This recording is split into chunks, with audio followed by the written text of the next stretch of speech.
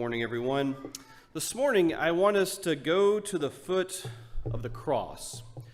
Not necessarily as ourselves, but let's think of the scene of the cross through the eyes of the people that were there that day. Each individual at the cross that witnessed this saw the same thing. They saw the same moment, but it meant something different to each individual heart.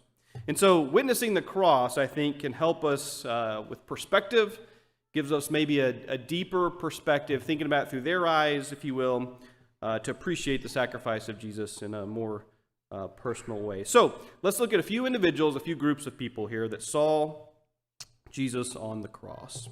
The first one I would offer up, Luke chapter 23, the criminal on the cross. So remember, there's two criminals were crucified with Jesus. One mocked him, and one believed him. In fact, the one that believed him said, "Remember me when you come into your kingdom." Two criminals, two different perspectives.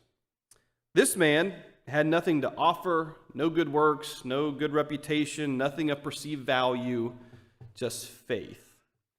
He saw Jesus not as a dying man, but as a coming king.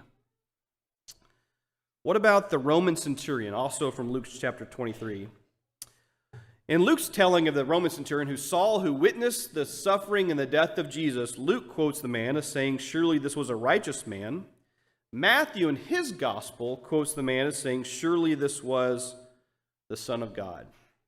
So a Roman centurion, I think it's probably safe to assume this individual probably saw many executions, many crucifixions. But he recognized this one was different. He saw how Jesus suffered. He suffered silently. He suffered forgivingly, maybe even divinely. Something pierced his hardened soldier's heart. Think about Mary, the mother of Jesus, John chapter 19. Remember, Jesus looks to her and says, "Woman, behold your son." I wonder what she was thinking. I wonder if she saw the baby Jesus that she once held now hanging on a cross.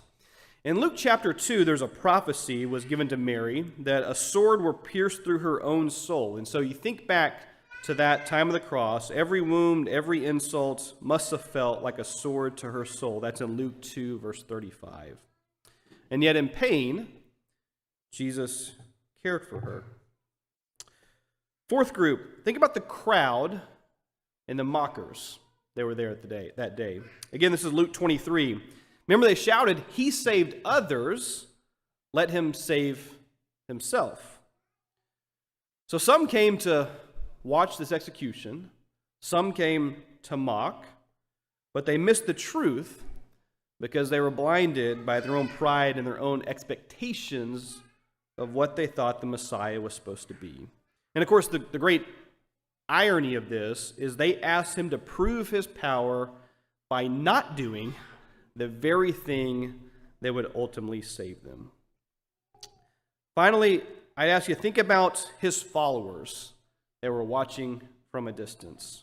Again, Luke chapter 23, verse 49 says, "But all those who knew him stood at a distance."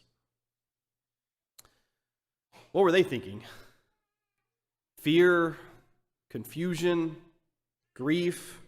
They had followed him closely through his ministry, but now they stood back, probably unsure of what was happening.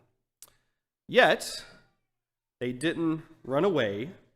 They watched and they waited. And so I ask you this morning, which set of eyes, if you will, do you most identify with today? The criminal crying for mercy, the soldier just maybe beginning to believe something is going on, the mother hurting but trusting, the crowd unsure, doubting, or the followers confused but still present. When we look at the cross through their eyes, again, I think it gives us another perspective, and hopefully we can, to a certain degree, see ourselves. But most importantly, we see Jesus. the Lamb that was slain, the King who forgave, the Savior who died, and as we all know, the Lord who rose again on the third day. And so as we take the bread and the cup this morning, let's do it with opened eyes. See the cross again.